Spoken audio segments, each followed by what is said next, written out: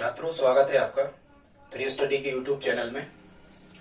छात्रों, आज हम आपको बताने वाले हैं इफेक्टिव परसेंट या परिणामी प्रतिशत, जिसको अपन कहते हैं, या इसी को हम एकल वट्टा, समतुल्य वट्टा या तुल्य वट्टा भी कह सकते हैं। छात्रों, आप यदि कोई भी कॉम्पिटिटिव एग्जाम देने जा रहे हो और यदि उसमें गणित आना है तो यहां से आपको एक आध प्रश्न आ ही जाता है परिणामी प्रतिशत निकालने का, या फिर क्रमिक वट्टा या समतुल्य एकल वट्टा आदि का। छात्रों, ये जो इफेक्टिव परसेंट वाला कॉन्सेप्ट है, ये क्रमिक वट्टा तो आप इससे निकाल ही सकते हो, पर ये पूरे साधारण ब्याज, लाभ हानि, चक्रवृद्धि ब्याज, इनके अंतर पर आधारित ऐसे कई टॉपिक गणित में ऐसे हैं जो आप इफेक्टिव परसेंट की सहायता से बड़ी आसानी से हल कर सकते हो। हम आपको आगे वीडियो में बताएंगे कैसे आप इफेक्टिव परसेंट का उपयोग करके अन्य जो साधारण ब्याज, लाभ हानि या चक्रवृद्धि ब्याज आदि के जो प्रश्न हैं अर्थमेटिक के, वो बड़ी आसानी से आप कैसे हल कर सकते हो। खैर, आज तो हमारा वो विषय नहीं है। आज का विषय छात्रों कि समतुल्य वट्टा, एकल वट्टा, परिणामी वट्टा या इफेक्टिव परसेंट कैसे निकाला जाता है। छात्रों, सबसे पहले तो हमें ये समझना है कि इससे कैसे प्रश्न हल करे जाते हैं।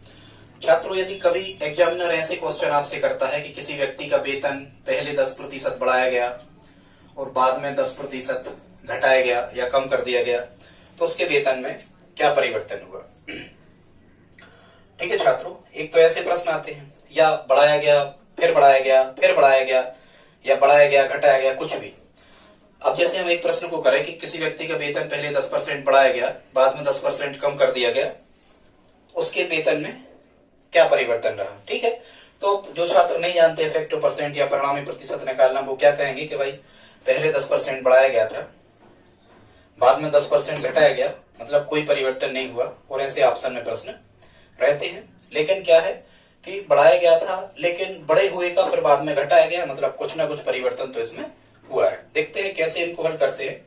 छात्रों, ऐसे प्रश्नों में हमें परिणामी प्रतिशत निकालना होता है, या वो 3 डाटा दे दें कि पहले 10% बढ़ाया गया, फिर 10% घटाया गया, फिर 20% बढ़ाया गया, फिर 10% घटाया गया, बड़ी आसानी से हम कर सकते हैं। ऐसे प्रश्नों में छात्रों आपको परिणामी प्रतिशत ही निकालना होता है, और इसको निकालने की होती है 3 विधियां। उन्हीं विधियों पर हम विचार कर लेते हैं, देख लेते हैं इसमें कि इफेक्टिव परसेंट को आप कैसे निकाल सकते हो। ठीक है छात्रों, फर्स्ट जो मेथड है, पहली जो विधि है, ये कहलाती है फार्मूला मेथड, और इसमें इफेक्टिव परसेंट का जो फार्मूला होता है ये होता है A+B+AB/100। इस मेथड से भी आप इफेक्टिव परसेंट निकाल सकते हो। इसमें क्या करते हो, इसमें क्या करना है, जैसे ये पहले बढ़ाया गया तो A का मान कुछ भी रख लो, धन 10, B का मान रख लो ऋण 10, किसी को भी ये भी मान लो छात्रों, कोई इफेक्ट नहीं पड़ता इसमें। जैसे हम रखें, यहां रखेंगे हम धन 10, धन, फिर हम लिखेंगे ऋण 10। ठीक है, धन A गुणा B मतलब 10 गुणा ऋण 10 और बटे 100। ठीक है छात्रों, तो ये धन 10 और ऋण 10, धन का ऋण में गुणा ऋण, 10 से 10 कैंसिल आउट, ये 0 आ गया।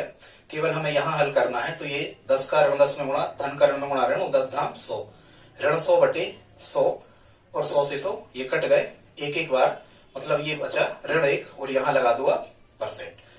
तो ये क्या निकला, ये यही छात्रों इफेक्टिव परसेंट कहलाता है। कहने का मतलब ये निकला ये कि उस व्यक्ति के वेतन में 1% की कमी आ गई है। जहां ऋण आता है तो हम कहते हैं कमी आ गई है, यदि ये धन आता है तो हम कहते हैं वृद्धि हो गई है। चूंकि इसमें ऋण आया है तो हम क्या कहते हैं, कमी हो गई। तो छात्रों, ये एक मेथड है, फार्मूला मेथड। ठीक है, दूसरी विधि देखते हैं। फिर हम आपको एक ऐसी विधि बता रहे हैं जो बेस्ट रहेगी, सबसे अच्छी रहेगी, पर आप जो भी आप सिलेक्ट कर लें। एक मेथड ये थी, एक दूसरी होती है कॉन्सेप्ट मेथड।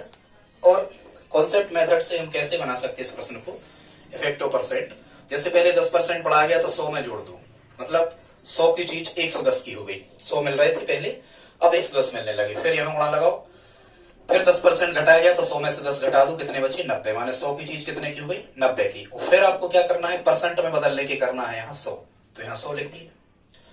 अब यहाँ 100 से 100 कैंसिल आउट, 2 शून्य से ये 2 शून्य कट गए, यहाँ बचा 11 नम्मा 99, यहाँ बचा 99। छात्रों, इसमें जो कुछ भी आ जाता है, अब ये रूल है, ऐसा हमेशा एक नियम है, यहां जो भी आ गया इसमें से आप हमेशा 100% को माइनस कर दो। तो असमान चिन्ह घटते हैं, बड़ी संख्या में से छोटी घटती है, 100 में से 99 का 1% बचा, और काय का बचा, बड़ी संख्या के चिन्ह की हमेशा बचते हैं। तो यहां भी कितना आया, 1%। पर इसमें हमें ध्यान रखना है कि जो कुछ भी हमें फाइंड होता है, जो प्राप्त होता है, इसमें से हमेशा हमें क्या करना है, 100 को घटा देना है। छात्रों एक विधि कहलाती है, इसमें भी आ रहा कि 1% उसका वेतन कम हो गया, यदि उसका वेतन पहले 10% बढ़ाया गया तो फिर 10% घटाया गया तो ठीक है। यदि और भी किया गया होता तो हम यहां लिख देते। और सूत्र मेथड में क्या करते हैं कि जैसे 3 का निकालना, हमें तो पहले 2 का परिणाम ही निकाल दिया, फिर उस 2 का जो निकला उसको ए मान लो या बी, और तीसरे का फिर वही सूत्र लगा दो, A plus B plus A B divide 100 वाला, ठीक है, ऐसे भी कर सकते हैं। अब छात्रों इसकी हम तीसरी विधि बताते हैं, और ये जो थर्ड मेथड है छात्रों, ये इसकी बेस्ट मेथड है। बेस्ट का मतलब होता है सबसे अच्छी विधि है इफेक्टिव परसेंट निकालने की। वो कैसी है कि जैसे व्यक्ति का वेतन पहले 10% बढ़ाया गया और फिर 10% को क्या किया गया, उसका वेतन कम कर दिया गया, यही था प्रश्न। तो उसके वेतन पर क्या प्रभाव पड़ा, ठीक है, इस टाइप के प्रश्न। और छात्रों क्षेत्रफल वाले जो प्रश्न होते हैं या आयतन वाले जो प्रश्न होते हैं, अभी हम एक वीडियो आपको लाएंगे जिसमें हम आकृतियों में परसेंटेज बता देंगे कि किसी वृत्त या मान के चलो हम कहें गोले की त्रिज्या को 10% बढ़ाया गया है या घटाया गया है, ज्ञात कीजिए। फिर उसके व्यास में क्या परिवर्तन हुआ, उसकी परिधि में क्या परिवर्तन हुआ, क्षेत्रफल में क्या परिवर्तन हुआ, गोला था तो आयतन में क्या परिवर्तन हुआ। छात्रों इसी इफेक्टिव परसेंट के कॉन्सेप्ट से आप किसी भी प्रकार का ये आकृतियों में परिवर्तन वाला प्रश्न 2 सेकंड में बना पा रहे होंगे। अभी समय ज्यादा लग जाएगा, अगले वीडियो में हम बता देंगे। इसके बाद जो वीडियो लाएंगे वो हम आकृतियों में परसेंटेज ही बता देंगे। छात्रों एक ही कॉन्सेप्ट से आप गोला, घनघना, बेलन, छिन्नक, शंकु, त्रिभुज, वृत्त सभी प्रकार के प्रश्न बड़ी आसानी से हल कर पा रहे होंगे। देखते हैं छात्रों थर्ड मेथड क्या थी यहाँ। तीसरी जो विधि है छात्रों, उसमें आपको क्या करना है कि जो आपको ये परसेंटेज फॉर्मेट में जो भी प्रश्न आपको दिया गया है उसको आपको भिन्न में बदलना है। जैसे 10% को जब हम भिन्न में बदलेंगे, अलग से लिख ले रहे, 10% को जब हम भिन्न में बदलेंगे तो हम लिखेंगे 10/100। अब ये भिन्न बन गई, और इस 10% को भिन्न में बदलेंगे तो 10/100, 10 एकम 10, 10 धाम 100, 10 एकम 10 और 10 धाम 100, ठीक है। बस हमें इतना ध्यान रखना है। अब देखो इसमें क्या होता है, यहां भी हमें मिल गया 1/10 और यहां मिल गया हमें 1/10।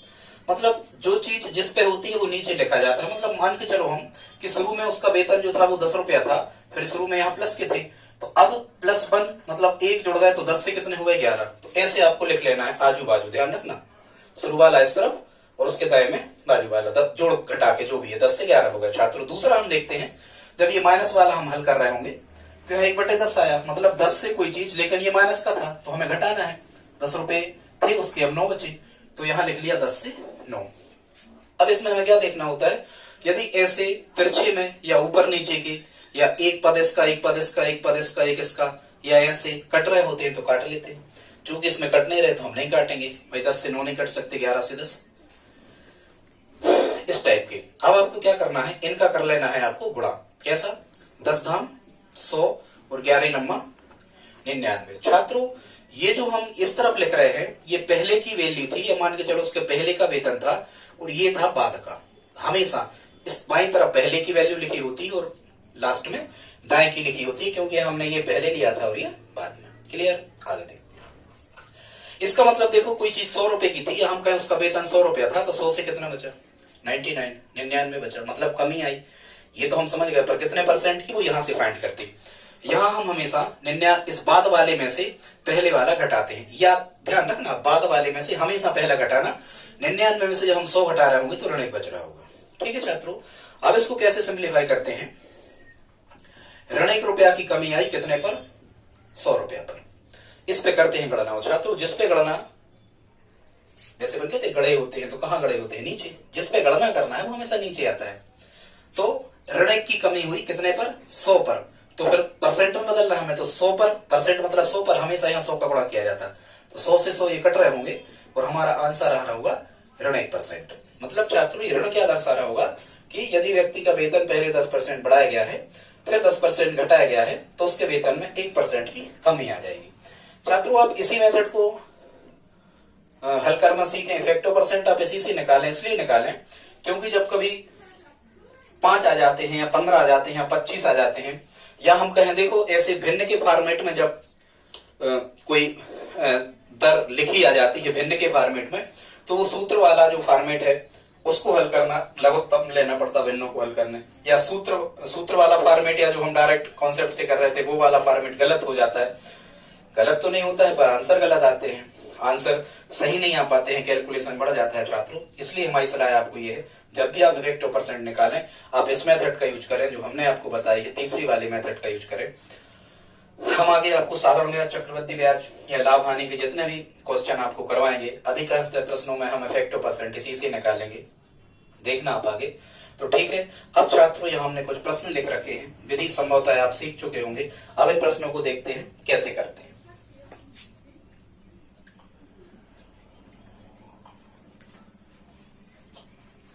इसको भी हमने साफ कर दिया, इफेक्टिव परसेंट तो अपन निकाल ही रहे हैं। अब एक एक प्रश्न को अपन बनाते जाते हैं। देखो अब आपको प्रश्न कैसे आते हैं वो हमने यहाँ लिखे हैं, और कोई भी एग्जाम आप देने जा रहे हो यदि गलत आना है तो यहाँ से प्रश्न आने के चांस बिल्कुल होते हैं। कह रहे हैं 25% और 33/1/3% का समतुल्य बट्टा या एकल बट्टा या परिणामी बट्टा या इफेक्टिव परसेंट क्या होगा। ठीक है, हालांकि समतुल्य बट्टा या एकल बट्टा या परिणामी बट्टा या एकल छूट एक ही कहलाता है छात्रों। कहने का मतलब ये है कि एक दुकानदार किसी ग्राहक से कह रहा है कि हमारे यहां से सामान खरीदो, हम पहले आपको 25% डिस्काउंट दे रहे हैं, ये डिस्काउंट ही कहलाता है बट्टा, और फिर हम आपको उसके बाद में 33/3% का बट्टा फिर से दे रहे, मतलब 2 छूट हम लगातार दे रहे, ये दुकानदार कहता है। तो यदि आप उसकी एकल छूट बनाओगे कि दुकानदार कितना बट्टा एक ही बार में दे देवे कि ये दोनों के बराबर हो जाए। ठीक है छात्र, बस एक चीज हमें याद रखना है कि बट्टे की दर होती है ऋणात्मक, मतलब मूल्य में कमी होती है, ये ह्रास है, घसारा है एक प्रकार का। जैसे घसारे की दर ऋणात्मक होती है, इसी प्रकार बट्टे की दर या ह्रास की दर भी ऋणात्मक होती है छात्रों। केवल चक्रवृद्धि ब्याज या ब्याज की दर जो है वो धनात्मक होती है, उसमें जुड़ते हैं। ठीक है, तो हम इसका निकालते हैं, समतुल्य बट्टा, परिणामी बट्टा या इफेक्टिव परसेंट। तो छात्रों पहले यहां लिखा था 25% और फिर लिखा है 33/3। जब हम इसे विषम भिन्न में बदलेंगे तो 33×3 99 और 1 100, 100/3, यहां मिलेगा 100/3%। जब हम इनको बना रहे होंगे भिन्न के फॉर्मेट में, फ्रैक्शन फॉर्मेट में, तो हम लिख रहे होंगे यहाँ 25/100 और यहाँ लिख रहे होंगे हम 100/3 और परसेंट हटाने के और बटे 100। तो छात्रों इसमें ध्यान रखना कि आप 100/3 बटे 100 नहीं करना, कंफ्यूजन क्रिएट हो जाएगा। वहां आपको क्या कर देना है कि 100/3 लिखना है और हमें 100 से भाग करना है परसेंटेज में, तो यहां गुणा लगा के 100 लिख दिया जाता है। ठीक है, जब हम इसे हल सिंप्लीफाई कर रहे होंगे तो यहाँ 100 एकम 100 से 100 कट रहे होंगे, यहाँ 25 एकम 25, 25 चौके 100। यहाँ का भिन्न फॉर्मेट बन रहा होगा 1/4%, और बट्टे की दर ऋणात्मक होती, दोनों में ऋण लगा के चले हम, ताकि हमें ध्यान रखे घटाना है, जोड़ना है नहीं। और यहाँ बन रहा होगा छात्रों ये 1/3, इस टाइप से यहाँ बन रहा होगा। अब हमें कौन सी विधि यूज करना है, हम चूंकि जब परसेंट को भिन्न फ्रैक्शन में बदल रहे हैं तो थर्ड वाली मेथड यूज करना है। कैसी कि कोई वस्तु 4 रुपए की थी यहाँ, तो 1 कम हो गया, अब वो 3 की बची, और यहाँ पहले वो 3 रुपए की थी, 1 कम हो गया, अब कितने की बची छात्रों वो, अब कितने की बची, 2 की बची। ठीक है, अब जब हम यहाँ कर रहे होंगे तो देखो यहाँ यदि ऐसे ऐसे में कैंसिल आउट होते हैं तो हमें कर देना है एक पक्ष इस तरफ का और एक पक्ष इस तरफ का, एक ही तरफ के 2 पक्ष नहीं करना। तो 3 एकम 3 और 3 एकम 3 ये कैंसिल आउट हो गए, और 2 एकम 2 और 2 दूनी 4।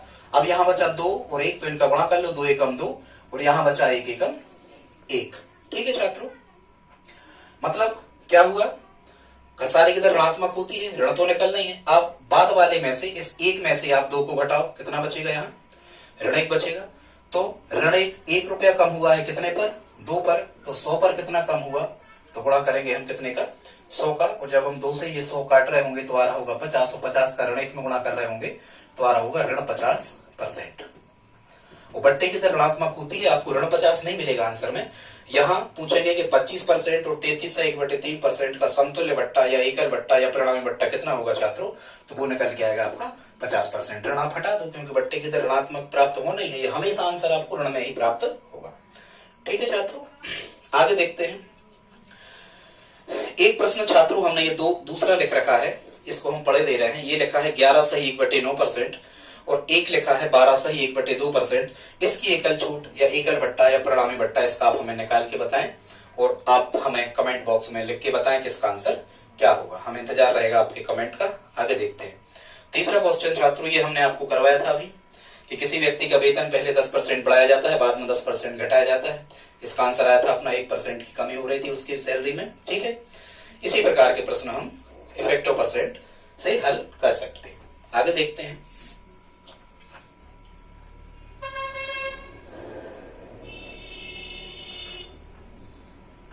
आगे है प्रश्न क्रमांक 4 को देखते हैं। कह रहे हैं यदि किसी मशीन के मूल्य में 20% की कमी कर दी जाए, मतलब -20%, ये हमने कम कर दिया, लिख लिया। यदि किसी मशीन के मूल्य में 20% की कमी कर दी जाए तो बिक्री में 40% की वृद्धि हो जाती है, मतलब 40% की वृद्धि तो धन 40। ठीक है, इसको हम यहां भी हमें इफेक्टिव परसेंट ही निकालना है। अच्छा, ये समझ जाओ कि कैसे प्रश्नों में इफेक्टिव परसेंट निकालते हैं। ऐसे बहुत सारे प्रश्न होते हैं। ठीक है, बहुत सारे प्रश्न होते हैं। पेट्रोल के मूल्य में 20% की वृद्धि हो जाने पर एक व्यक्ति ने उसकी खपत 15% कम कर दी। ठीक है, उसके खर्चे पर क्या प्रभाव पड़ा? टाकीज के टिकट के मूल्य में 20% की वृद्धि कर देने पर उसके टिकटों की बिक्री 30% कम हो गई। उसके राजस्व पर क्या प्रभाव पड़ा? शक्कर के मूल्य 20% कम हो जाने पर एक गृहिणी ने शक्कर की खपत 10% बढ़ा दी। उसकी आय पर, उसके राजस्व पर क्या प्रभाव पड़ा? किसी वर्ष वर्षा 10% कम हुई, उसी वर्ष उस किसान के खेत का क्षेत्रफल 20% कम हो गया, उसके राजस्व पर क्या नुकसान हुआ? ऐसे बहुत सारे प्रश्न छात्रों इफेक्टिव परसेंट से कर देते हैं। ठीक, एक और लिखा है, देखो ऐसे एक बेईमान दुकानदार, ये क्वेश्चन 5 लिखा है कोई भी। अब ये बेईमानी की है तो कोई दिक्कत नहीं। क्या कह रहे हैं कि एक बेईमान दुकानदार अपनी वस्तुओं की कीमत 20% बढ़ाकर अंकित करता है, बढ़ाकर लिखता है, प्रिंट करता है सूची मूल्य, अंकित मूल्य, फिर 10% की छूट दे देता है, फिर 10% का डिस्काउंट दे देता है। उसे क्या लाभ होगा या हानि होगी? ठीक है, ऐसे प्रश्नों को हम इफेक्टिव परसेंट से ही करते हैं। देखते हैं कौन सा कर दें। इसको कर दे रहे हम, यदि किसी मशीन के मूल्य में 20% की कमी कर दी जाए। ठीक है, ये लिखा, तो इसको जब हम भिन्न बदल रहे हो तो 20/100, यहाँ आ रहा होगा 40/100। 20 एकम 20, 20 25 100, 1/5, 0 से 0 कट गए, 2 दूनी 4 और 2 पंचे 10। पर ये प्लस के हैं, ये माइनस के हैं। आप जब इसे जल्दी से हल कर रहे होंगे तो ये कमी थी, मतलब 5 रुपए की चीज 1 कम हो गए, 4 बचे। यहाँ वृद्धि थी, 5 रुपए की चीज ये 2 बढ़ गए। ठीक, तो ये कितने की हो गई छात्रों? ये 7 की हो गई। ऐसे में क्या ये कट रहे हैं? नहीं कट रहे, तो आप कैसे करोगे? गुणा कर दो, 55 25 और 7 चौको 28। ठीक है, बाद वाले में से हमेशा पहला घटाओ। 28 में से 25 गए 3, छात्रों 3 रुपया बढ़ गए कितने पर? 25 पर। इस पे होती गणना, हमेशा नीचे आता है नियम में। तो 100 पर कितने बढ़े? 25 चौको 100, 30 चौको 12%। तो काय के आए? धन के आए। इसका मतलब ये हमारा आंसर होगा। क्या होगा कि यदि किसी मशीन के मूल्य में 20% की कमी कर दी जाती है तो उसकी बिक्री में 40% की वृद्धि हो जाती है। बिक्री पर क्या प्रभाव पड़ा छात्रों? तो उसकी बिक्री 12% से बढ़ गई। ठीक है, ऐसे निकालते हैं। आगे देखते हैं। इसी प्रकार छात्रों ये प्रश्न है, ये लिखा यहाँ, ये 5वां है। इसको भी आप कमेंट बॉक्स में आंसर बताएं कि एक दुकानदार अपनी वस्तुओं की कीमत 20% बढ़ाकर अंकित करता है। तो आप इसे कैसे करोगे? यदि दुकानदार इसकी कीमत को 20% बढ़ाकर अंकित करता है, मतलब आप क्या लिखोगे? +20 इस टाइप से। और फिर क्या कह रहे हैं? बढ़ाकर लिखता है, फिर 10% की छूट देता है, डिस्काउंट देता है 10% का, तो ऋण 10। बस कर लेना आप इसे, इफेक्टिव परसेंट निकाल देना। कमेंट बॉक्स में आंसर लिख के बताएं। आगे देखते हैं। अब ऐसे प्रश्न आते हैं जैसे हमने इस फॉर्मेट में लिखे हैं, इनको देखो। कह रहे हैं कौन सी बट्टा श्रेणी लाभदायक है ग्राहक को? और नहीं भी लिखा होता ग्राहक तो हम कंसीडर करते, ग्राहक से ही पूछा जाता है।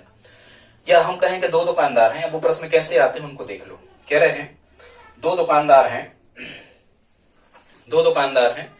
एक दुकानदार कहता है कि हम वस्तु पर 2 छूट दे रहे हैं, 2 बट्टे दे रहे हैं, एक 20% का और एक लगातार 30% का। ये क्रमिक बट्टे हैं। ठीक है, और दूसरा दुकानदार है, 2 दुकानें हैं, मान के चलो एक दुकान ए है और एक दुकान क्या है? बी है। अब एक दुकानदार कह रहा है हम आपको 2 बट्टे दे रहे हैं, 2 डिस्काउंट, एक 20% एक 30% का, और एक दुकानदार कह रहा है 15% का डिस्काउंट दे रहे हैं, ग्राहक को कौन सा डिस्काउंट ज्यादा रहेगा, या प्रश्न करेंगे कि ग्राहक को कौन सी दुकान फायदेमंद रहेगी। आप छात्रों खुद समझ पा रहे होंगे, जहां डिस्काउंट ज्यादा मिलेगा वो दुकान फायदेमंद होगी, क्योंकि वो पैसा देना नहीं है। डिस्काउंट का मतलब 100 पर कम उतने रुपया हो रहे। तो इसको हम कैसे हल करेंगे, जब हम 20 और 30 का इफेक्टिव परसेंट निकालेंगे तभी हम इन दोनों का कंपेयर कर पाएंगे। यहां तो कुछ नहीं करना, ये तो 15% है, पर हम 20 और 30% का डिस्काउंट निकाल रहे हैं। डिस्काउंट का मतलब क्या होता है छात्रों, माइनस। तो यहां हम सबसे पहले ऋण 20/100 इसका परसेंट हटा लेते हैं, और ऋण 30/100 इसका परसेंट हटा लेते हैं। 20 एकम 20, 20 पंचे 100, शून्य से शून्य कट गया, यहाँ आ गया 3/10। और छात्रों दोनों डिस्काउंट है।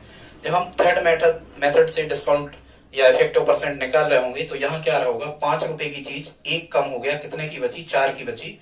और यहाँ छात्रों ये 10 रुपए की चीज पर 3 रुपया कम हो गए, तो ये कितने की बची, 7 की बची। ठीक है, यदि ऐसे में कट रहा है तो काट लो, 2 से कट रहा है 10 और 4, 2 दूनी 4 और 2 पंचे 10। यहाँ आ गया 25, और यहाँ आ गया कितना, 7 दूनी कितना आ गया, 14 आ गया। ठीक है छात्रों, जब हम 14 में से 25 को घटा रहे होंगे तो असमान चिन्ह घटते हैं, बड़ी संख्या में से घटते हैं। 25 घटाना तो हमें 14 में से 25 है तो माइनस आएगा, पर 25 में से 14 घटेंगे। छात्रों जब हम 25 में से 14 को घटा रहे होंगे तो यहाँ बच रहा होगा 5 में से 4 गए 1, और 2 में से 1 गए 1, यहाँ बच रहा होगा 11। छात्रों 11 रुपया की कमी आ गई, कितने पर, 25 पर। तो प्रतिशत मतलब 100 पर कितने की कमी है, हमेशा 100 का गुणा करते, तो ये कट रहे होंगे 11 चौको ऋण की 44% बच रहा होगा। ऋण हटा दो, बट्टे की ऋणात्मक होती है। मतलब छात्रों आप समझो, एक दुकानदार वो ये कह रहा है इसका इफेक्टिव परसेंट 20 और 30% का एकल बट्टा हमने कितना प्राप्त कर लिया, 44%। और इसका दुकान बी है, उसका बट्टा कितना है, 15%। मतलब कौन ज्यादा छूट दे रहा, दुकान ए। ये 20 और 30% वाले पर ज्यादा छूट है, 44% की छूट है, इस पर बट्टा है, डिस्काउंट है छात्रों। तो ग्राहक के लिए कौन सी फायदेमंद रहेगी, ग्राहक के लिए फायदेमंद रहेगी कौन सी, ये दुकान ए वाली, या ये श्रेणी फायदा पहुंचाएगी ग्राहक को जिसमें 20% और 30% का बट्टा दिया गया। क्योंकि यहाँ कुल 44% की छूट है और यहाँ केवल 15% की छूट है, तो ग्राहक को कौन से दुकान फायदा पहुंचाएगी, जो 20 और 30% के 2 बट्टे उपलब्ध करवा रही है वो। ठीक है छात्रों, यहां देखो, यहां क्या करना है आपको, यहां 3 बट्टे दे रखे हैं, एक है 30%, एक है 20%, फिर है 10% और फिर एक है 8%। तो यहां क्या कह रहे हैं, आप कमेंट बॉक्स में हमें लिख के बताना। यहां कह रहे हैं कौन हानि पहुंचाएगा ग्राहक को, मतलब इन तीनों का एकल बट्टा आप अलग निकालना और 8% से कंपेयर करना। ग्राहक को हानि कौन पहुंचाएगा, ग्राहक को हानि वो पहुंचाएगा जिसमें परिणामी बट्टा कम निकलेगा 8, या यहां से हम तुलना करेंगे। आप कमेंट बॉक्स में लिख के बताना। चूंकि यहाँ 3 का निकालना था, यहां भी हम 3 का निकाल के इस प्रश्न में हम आपको बता दे रहे हैं 20, 15 और 5% की। अगला क्वेश्चन लिखा है 20%, 15% और 5% की उत्तरोत्तर छूटों के समतुल्य आसन्न एकल छूट। ऐसे लिखे आते हैं, कुछ नहीं, एकल या समतुल्य या आसन्न एकल, मतलब आपको इफेक्टिव परसेंट ही निकालना है, बट्टा ही इसका निकालना है। इसको हम हल कर देगा छात्रों। फिर एक काम करना, हम इसको हल कर दे रहे, आप इसको 8वां क्वेश्चन और 9वां क्वेश्चन इनको आप कमेंट बॉक्स में लिख के बताएं, 7वां, 8वां और 9वां के आंसर आप बताएं। यहां हम 11 से 1/9%, 12 से 1/2%, 9 से 1/11% और 10% का एकल बट्टा निकाल के बता दे रहे हैं। हम 4 का निकाल के बता दे रहे हैं छात्रों, तो यहां 3 का और यहां 3 का आप स्वयं निकाल सकते हो। ठीक है, देखो इसको कैसे हल करेंगे।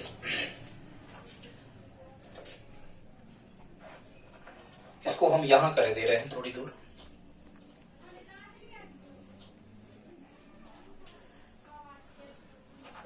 इसको कैसे करते, सबसे पहले लिखा है 11 से 1/9, विषम भिन्न में बदलो, 11 9 99 और 100/9, ये मिला छात्रों हमें 100/9%। फिर यहां लिखा है 12 सही 1/2 माने 12 दूनी 24 और 25/2%, 25/2%। फिर यहां लिखा है 9 सही 1/11 माने 9 11 99 और 100/11%, 100/11%। और एक यहां पर लिखा है 10%, इसको 10% ही लिखा रहने दो। अब हम इनकी क्या बनाएंगे, इनको भिन्न फ्रैक्शन फॉर्मेट में बदलेंगे। तो यहां मिलेगा हमें 100/9 और परसेंट बदलने के फिर बट्टी 100। यहां मिलेगा 25/2 और परसेंट बदलने की 100। परसेंट हट गया, परसेंट हटाने के यहां मिलेगा 100/11 और परसेंट हटाने के बट्टी 100। यहां मिलेगा 10/100। कैंसिल आउट करें, 100 से यहां 100 कट गए, 25 एकम 25, 25 चौको 100, 100 से यहां 100 कट गए, 0 से 0 काट दो। छात्रों यहां क्या बचा वो हम लिख ले रहे हैं। यहां कुछ नहीं तो 1/9 यहां की भिन्न बनी और 1/4 दूनी 8 यहां की भिन्न बनी और 1/11 यहां की भिन्न बनी और 1/10 यहां की भिन्न बनी। छात्रों ये 4 भिन्न बन गई। इसको आपने पहले लिख लिया होगा, साफ कर देते हैं। अब छात्रों ये लिखा क्या था, हम यहां लिख नहीं पाए। ये लिखा था इनकी एकल छूट या एकल बट्टा या समतुल्य बट्टा आपको निकालना है, या 4 क्रमिक बट्टे दे दिए गए थे तो कुल बट्टा ज्ञात करो इस प्रकार से। ठीक है, तो यहां सब जगह हमें बट्टे की दर कैसी होती है, ऋणात्मक, मतलब घटा के ही हमें लिख लेना है। कैसे करोगे, 9 रुपए की चीज थी, 1 रुपया कम हो गया, 8 की बची। ठीक है, यहाँ चलो यहां कर दे रहे, 9 रुपए की चीज थी, 1 कम हो गया, 8 की बची, 8 सामने लिख लें। 8 रुपए की चीज थी, 1 कम हो गया, 7 की बची। 11 रुपए की चीज थी, 1 कम हो गया, 10 की बची।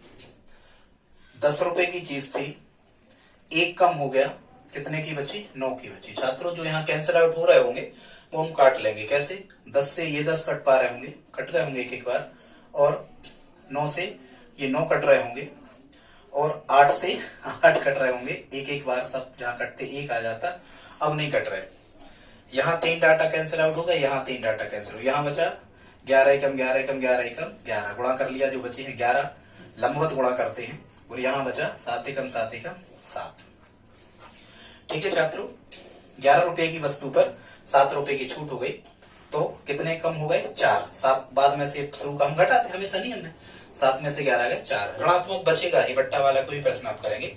तो अब जब हम इसे हल कर पा रहे होंगे छात्रों, तो ऋण 4 की कमी आ रही होगी कितने पर, 11 पर, तो 100 पर कितने की आ रही होगी, तो हम गुणा कर देंगे। तो इसको जब हम हल कर पा रहे होंगे तो यह आ रहा होगा 400/11, 400/11। और जब आप इसे हल कर रहे होंगे 400/11 को जब आप मिक्स फ्रैक्शन में बदल रहे होंगे, तो आप कर सकते हैं बड़े आसानी से। यहाँ 11 से 400 में भाग लगा दो, 11 3 33, 10 में से यहाँ कितना बचा, 7 बचा, उत्तर आया 0। 11 छक्का 66, यहाँ कितना बचा, 4। मतलब 400/11 को हम और क्या लिख सकते हैं, यहाँ क्लॉकवाइज चल जाते हैं, 36 सही 4/11। क्या लिख सकते हैं, 36 सही 4/11%। छात्रों ये ऋण में ही आ रहा होगा, पट्टा ऋण में ही आता है, पर ऑप्शन आपको धन में मिलते हैं। तो ये जो हमने 4 जो डाटा यहाँ पर लिख रखे थे, इनका जो हमने जो क्रमिक बट्टा मान के चलो 4 दिए गए किसी वस्तु पर, इनकी एकल छूट निकाली है या परिणामी प्रतिशत निकाला है, तो 36 सही 4/11, 36 कंप्लीट 4/11% इसका आंसर हमारा निकल के आता है। ठीक है छात्रों, अब जब 3 का निकालें तो इनका हमें निकाल के बताएं। 8 में को ऑप्शन में आप हमें बताएं क्या आएगा। ठीक है, यहाँ कह रहे दुकान ए देती है 15% और 5% का डिस्काउंट, मतलब इन दो का एकल बट्टा निकालना, और दुकान बी देती है 12% और 8%, तो इनका एकल बट्टा निकालना और फिर तुलना करना। ग्राहक को लाभ कौन सी पहुंचाएगी, जिस पर बट्टा ज्यादा निकलेगा जिसका। ठीक है, ज्यादा डिस्काउंट जो देगा उसको ग्राहक फायदा होगा, स्वाभाविक सी बात है। छात्रों आज का वीडियो आपको कैसा लगा कमेंट बॉक्स में हमें लिख के बताएं। यदि आप हमारे चैनल पर नए हैं, पहली बार आए हैं, तो प्लीज लाइक शेयर सब्सक्राइब करें। हम गणित के भी इसी प्रकार से वीडियो आपको बड़ी आसानी से और कई विधियों से आपको हल करके बताते रहेंगे। धन्यवाद।